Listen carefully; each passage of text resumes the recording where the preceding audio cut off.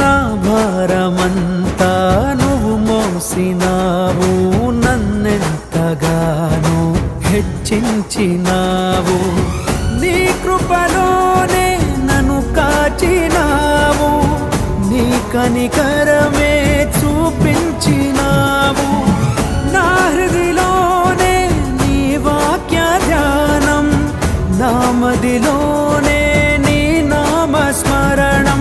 నిన్నే ఆరాధించి నీ దయలోనే జీవించి, నిన్నే పూజించి నీలోనే తరించి.